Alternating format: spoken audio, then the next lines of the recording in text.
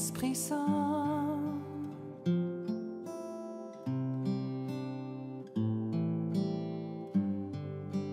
Viens, ô Esprit Saint.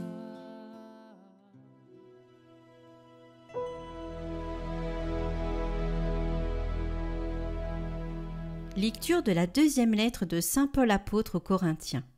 Frères, l'amour du Christ nous saisit, quand nous pensons qu'un seul est mort pour tous, et qu'ainsi tous sont passés par la mort.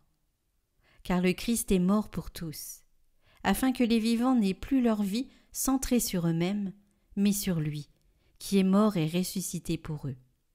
Désormais, nous ne regardons plus personne d'une manière simplement humaine.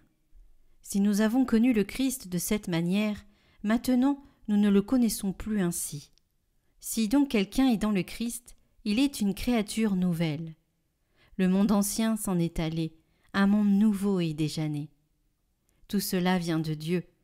Il nous a réconciliés avec lui par le Christ. Et il nous a donné le ministère de la réconciliation. Car c'est bien Dieu qui, dans le Christ, réconciliait le monde avec lui. Il n'a pas tenu compte des fautes, et il a déposé en nous la parole de la réconciliation. Nous sommes donc les ambassadeurs du Christ, et par nous c'est Dieu lui-même qui lance un appel. Nous le demandons au nom du Christ, laissez-vous réconcilier avec Dieu. Celui qui n'a pas connu le péché, Dieu l'a pour nous identifié au péché, afin qu'en lui nous devenions justes, de la justice même de Dieu.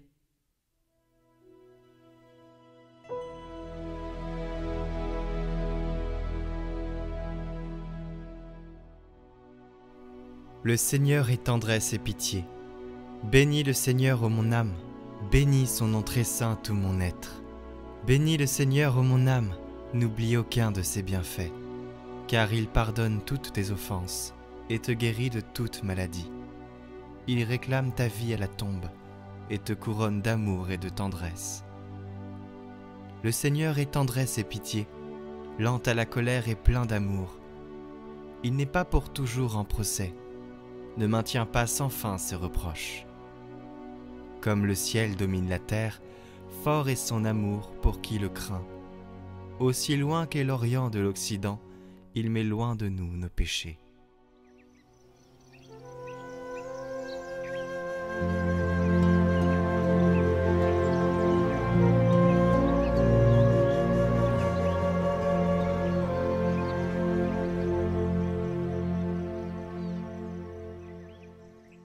Évangile de Jésus-Christ selon saint Luc. Chaque année, les parents de Jésus se rendaient à Jérusalem pour fêter la Pâque. Quand il eut 12 ans, ils montèrent en pèlerinage suivant la coutume. À la fin de la fête, comme ils s'en retournaient, le jeune Jésus resta à Jérusalem à l'insu de ses parents. Pensant qu'il était dans le convoi des pèlerins, ils firent une journée de chemin, avant de le chercher parmi leurs parents et connaissances.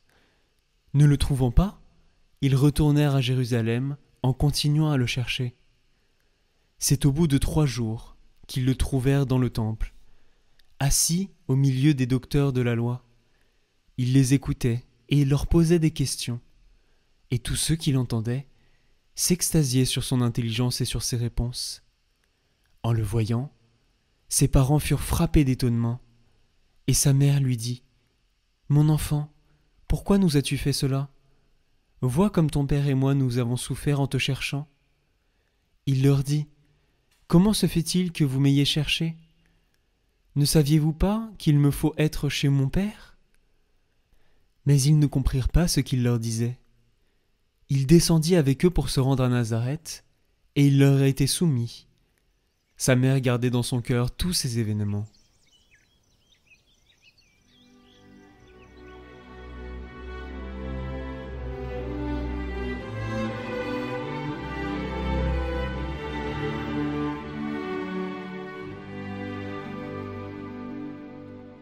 Commentaire de saint Maximilien Kolb. Une mère au cœur tendre. Le cœur divin de Jésus, brûlant d'amour pour nous, qui sommes pécheurs, nous donne comme mère et comme protectrice sa propre mère, la plus gracieuse, la plus aimante, l'être saint au-dessus des saints et des anges, celle à qui il ne sait rien refuser, parce qu'elle est sa mère incomparablement digne et chère. Il lui a donné un cœur tel qu'il lui est impossible de ne pas voir la moindre larme sur la terre, de ne pas se soucier du salut et de la sanctification de chaque être humain. Et voici le pont tout près vers le cœur très sacré de Jésus. Si quelqu'un est tombé dans le péché, s'est enlisé profondément dans le vice, a méprisé les grâces de Dieu, ne suit plus les bons exemples des autres, ne fait plus attention aux inspirations salutaires et devient ainsi digne de grâces nouvelles, doit-il désespérer? Non, jamais, car une mère lui a été donnée par Dieu. Mère qui, avec un cœur tendre, veille sur chacun de ses actes, sur chacune de ses paroles, sur chacune de ses pensées. Elle ne regarde pas s'il est digne de la grâce, de la pitié. Comme elle est essentiellement mère de miséricorde, même si on ne l'appelle pas, elle se hâte d'aller là où il y a davantage de misère dans les âmes. Dans les difficultés, dans les ténèbres, dans les infirmités, dans les découragements, souvenons-nous que le ciel s'approche de jour en jour plus proche. Alors courage, elle nous attend là-bas pour nous serrer sur son cœur.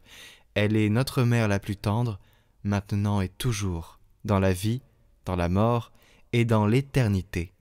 Cette vérité, rappelons-nous-la.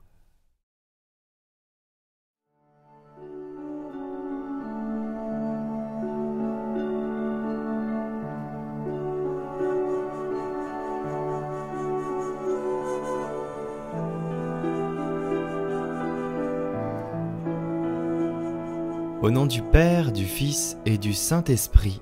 Amen. Cœur immaculé de Marie, nous t'invoquons. Tu connais nos souffrances. Nous désirons ta douce présence de mère en nos cœurs, car si l'Esprit consolateur te trouve dans nos cœurs, il s'y précipitera et nous comblera de joie.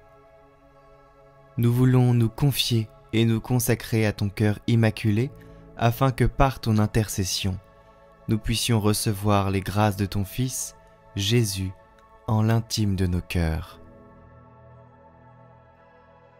Ô Vierge Marie, Mère de Dieu et notre Mère, je me consacre à votre cœur immaculé pour être pleinement offert et consacré au Seigneur.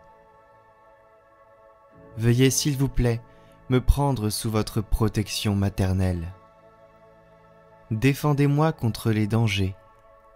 Aidez-moi à vaincre les tentations, à fuir les péchés.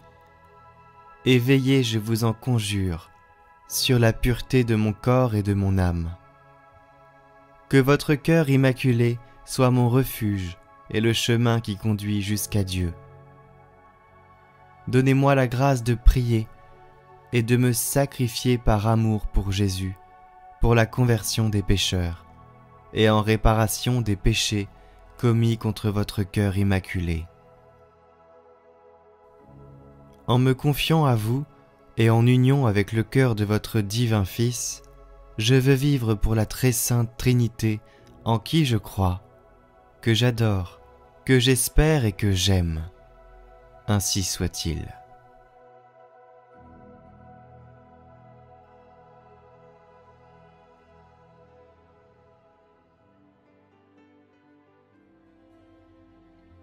Notre Père qui es aux cieux, que votre nom soit sanctifié, que votre règne vienne, que votre volonté soit faite sur la terre comme au ciel. Donnez-nous aujourd'hui notre pain de ce jour. Pardonnez-nous nos offenses, comme nous pardonnons aussi à ceux qui nous ont offensés. Et ne nous laissez pas entrer en tentation, mais délivrez-nous du mal. Amen. Je vous salue Marie, pleine de grâce, le Seigneur est avec vous. Vous êtes bénie entre toutes les femmes, et Jésus, le fruit de vos entrailles, est béni. Sainte Marie, Mère de Dieu, priez pour nous, pauvres pécheurs, maintenant et à l'heure de notre mort. Amen. Gloire au Père et au Fils et au Saint-Esprit, comme il était au commencement, maintenant et pour les siècles des siècles. Amen.